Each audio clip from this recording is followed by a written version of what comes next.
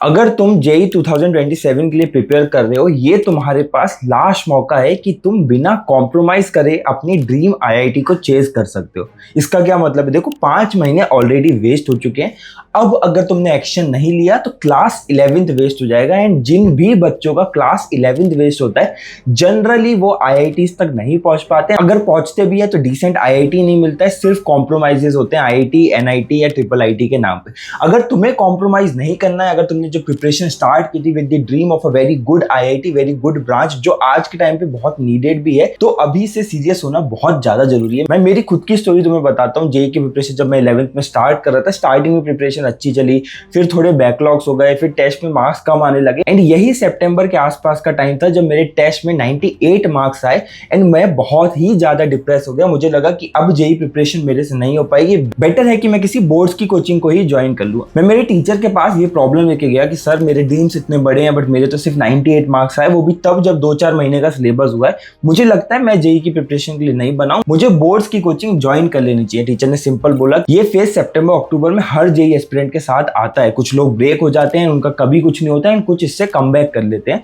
उनने बोला कि सिर्फ एक चीज का सबसे ज्यादा ध्यान रखना, तुम्हारा 11th वेस्ट नहीं होना चाहिए। बिकॉज अगर 11th वेस्ट हो गया तो फिर तुम सिर्फ स्ट्रगल करते जाओगे और बैकलॉग के लूप में फंस जाओगे, कभी भी अच्छी प्रिपरेशन नहीं कर पाओगे। इसलिए आज की वीडियो में मैंने कैसे अपने 11th को सुधारा, कैसे कमबैक किया, और तुम कैसे 11th को with the best possible way cover कर सकते हो, ताकि जब 12th में एंटर करो तो बिल्कुल कॉन्फिडेंस से करो, कोई 11th का प्रेशर नहीं हो, सारे 11th के चैप्टर ऑन फिंगर टिप्स हो और बिल्कुल बैंग ऑन तुम्हारी प्रिपरेशन, उसके डिस्कशन करेंगे।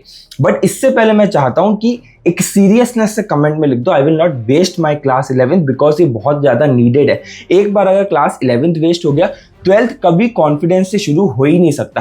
12th के जो स्टार्टिंग चैप्टर्स हैं उनमें 11th के कॉन्सेप्ट भी लगते हैं, वो भी बहुत बड़ा डीमोटिवेशन देते हैं। एंड आप इन दी एंड सिर्फ ये चीज में फंसे रहते हो कि कैसे भी मेरा कट ऑफ क्लियर हो जाए, मेरी 98 परसेंटाइल आ जाए, 99 परसेंटाइल आ जाए। आईआईटी जैसी ना प्रिपरेशन होती है, ना ही वैसा कॉन्फिडेंस होता है। तो कमेंट में जरूर लिख देना, जैसे मैं हर बार बोलता हूँ, तब तक लिखते रहो जब तक तुम्हें कन्विक्शन नहीं आए, तुम्हारे दिमाग में ना बैठ जाए कि ये चीज सीरियस है कि 11th वेस्ट नहीं होना चाहिए।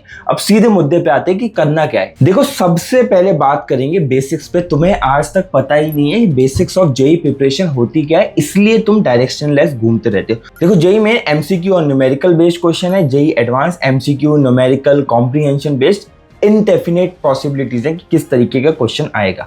अब तुम्हें आइडियल जेई मेन के एक क्वेश्चन को करने के लिए 1 से 2 मिनट देना चाहिए। मैथ्स का क्वेश्चन है तो 2.5 मिनट तक दे सकते हो। वहीं जेई एडवांस के एक क्वेश्चन के लिए तुम्हें 4 से 5 मिनट देने चाहिए। कंपटीशन की बात करें तो 2027 तक कोई हैरानी नहीं होगी अगर 17 लाख बच्चे भी बैठ जाएं, तो तुम्हें उन 17 लाख बच्चों को बीट करने के लिए अगर सिर्फ एनआईटी और ट्रिपल आईटी भी सिक्योर करना है तो 50,000 के अंदर रैंक लानी है, और अच्छा आईआईटी जो तुम्हारा ड्रीम था उसको सिक्योर करना है तो 5-6 हजार के अंडर रैंक लानी ही है। ये आज की रियलिटी है। अब इसको कैसे कवर करेंगे उस पर फोकस करते हैं। सबसे पहले प्रिपरेशन को रीस्टार्ट करेंगे एंड वो एक रूटीन से करेंगे। अभी भूल जाओ कि तुम्हारे पास बैकलॉग्स हैं, भूल जाओ कि तुम अभी 0 पे हो या फिर प्रिपरेशन 0 से स्टार्ट हो रही है। मैं जो एक रीस्टार्टिंग मैकेनिज्म बता रहा हूं तुम्हारे डेली रूटीन के अकॉर्डिंग, उसको फॉलो करो। रीस्टार्टिंग मैकेनिज्म क्या है? अगर तुम स्कूल जाते हो तो आप मॉर्निंग उठेंगे, आप स्कूल जाएंगे, वहां से लौट के आएंगे, फिर आपकी या तो ऑनलाइन कोचिंग होगी या ऑफलाइन कोचिंग होगी, उन दोनों को कवर करेंगे। एंड उसके बाद आपका सेल्फ स्टडी स्लॉट होगा, जो मैं आइडियली बोलता हूं कि 4-4.5 घंटे का निकाल लेना। इसको अब 2 पार्ट में स्प्लिट कर दो। 2 पार्ट में स्प्लिट करने से क्या होगा कि एक पार्ट जो है इसका 2-2.5 घंटा, वो आप पुराने बेसिक लेक्चर्स को कवर करने में लगा दीजिए। जो लेक्चर्स या चैप्टर्स आपको आगे के सिलेबस पढ़ने में दिक्कत दे रहे हैं, जैसे मोल कॉन्सेप्ट हो सकता है, बेसिक मैथ्स हो सकता है, लॉग्स हो सकता है, क्वाड्रेटिक इक्वेशन हो सकता है, वही बचा हुआ 2.5 घंटा जो है वो आप सिर्फ डेली डीपीपी सॉल्विंग पे लगाएंगे। मतलब आज जो आपने पढ़ा उसकी बस डीपीपी सॉल्व कर लो, उसके आगे कुछ भी नहीं देखना है आज। इस बात को बहुत ध्यान से समझना और इसी तरह अपना डेली रूटीन कंटिन्यू करते जाएंगे। आप देखोगे कि आगे के सिलेबस कवर होने लग गया एंड साथ ही साथ पुराने बैकलॉग्स जो इंपॉर्टेंट चैप्टर के वो एलिमिनेट हुए।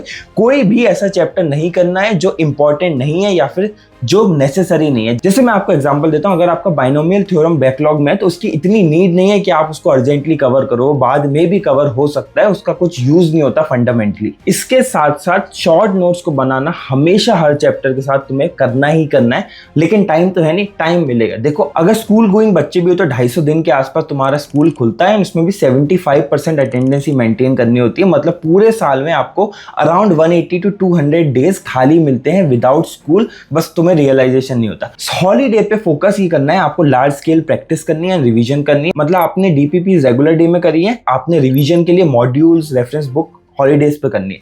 हॉलीडेज में ही आपको टेस्ट देना है, हॉलीडेज में ही आपको शॉर्ट नोट्स भी बनाने, क्योंकि वो जब रिवीजन करोगे तो साथ में शॉर्ट नोट्स बन जाएंगे। शॉर्ट नोट्स मैं क्यों बोल रहा हूँ, बिकॉज जैसे जैसे सिलेबस पाइल अप होगा, पूरा 11th का फॉर एग्जांपल टेस्ट हुआ आपका आगे आने वाले कुछ महीनों में, आप पूरा 11th रिवाइज नहीं कर पाओगे 2 दिन में, इसलिए शॉर्ट नोट्स की इंपॉर्टेंस बहुत ज्यादा है।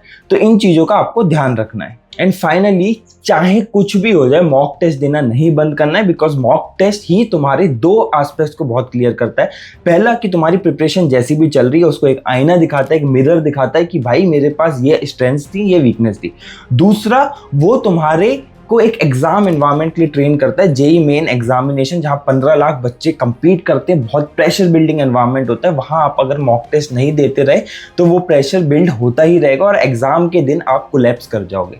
इस चीजों का ध्यान रखना। अगर फाइनल एडवाइस की बात करोगे, अभी तक जो हुआ वो भूल जाओ। डेली आपको बस फोकस करना है, बेसिक चैप्टर्स के बैकलॉग कवर करने और डीपीपी करनी है जो आज पढ़ाया जा रहा है। वीक में 2 से 3 छुट्टी आपको मिल ही जाएंगी। एक दिन मॉक टेस्ट को दे देना है और बैकलॉग्स को दे देना है, एक दिन करंट जो चल रहा है उसके अच्छे से रिवीजन में देना है, जहां पे आप शॉर्ट नोट्स बनाएंगे, मॉड्यूल और रेफरेंस बुक से क्वेश्चन लगाएंगे। पूरा वीक ऐसे ही सॉर्टेड चलता ही रहेगा और आप पहुंच जाओगे जनवरी या फरवरी में, जहां 11th का पूरा सिलेबस कवर हो गया हो। उसके बाद एक लार्ज स्केल रिवीजन करना होता है, वो उस समय वीडियो में बना दूंगा कि कैसे एक लार्ज स्केल रिवीजन किया जाता है 11th को बिल्कुल मास्टर करने के लिए, तब उस चीज को डिस्कस कर लेंगे। बट अभी यही फॉलो करना है। इसको अगर फॉलो करते रहोगे तो 11th इतना ज्यादा स्ट्रेंथन हो जाएगा कि तुम्हारी 12th की स्टार्ट बहुत फ्रेश होगी और वो फ्रेश स्टार्ट तुम्हें एक एज देगी बाकियों के ऊपर, जो मैं कितना भी बताऊं इस वीडियो में 11th को वेस्ट कर ही देंगे। तो अभी भी समय है, रीस्टार्ट कर लो अपनी प्रिपरेशन। कमेंट में लिख दो कि I will not waste class 11th और सब्सक्राइब करना मत भूलना, बिकॉज जेई 27 के लिए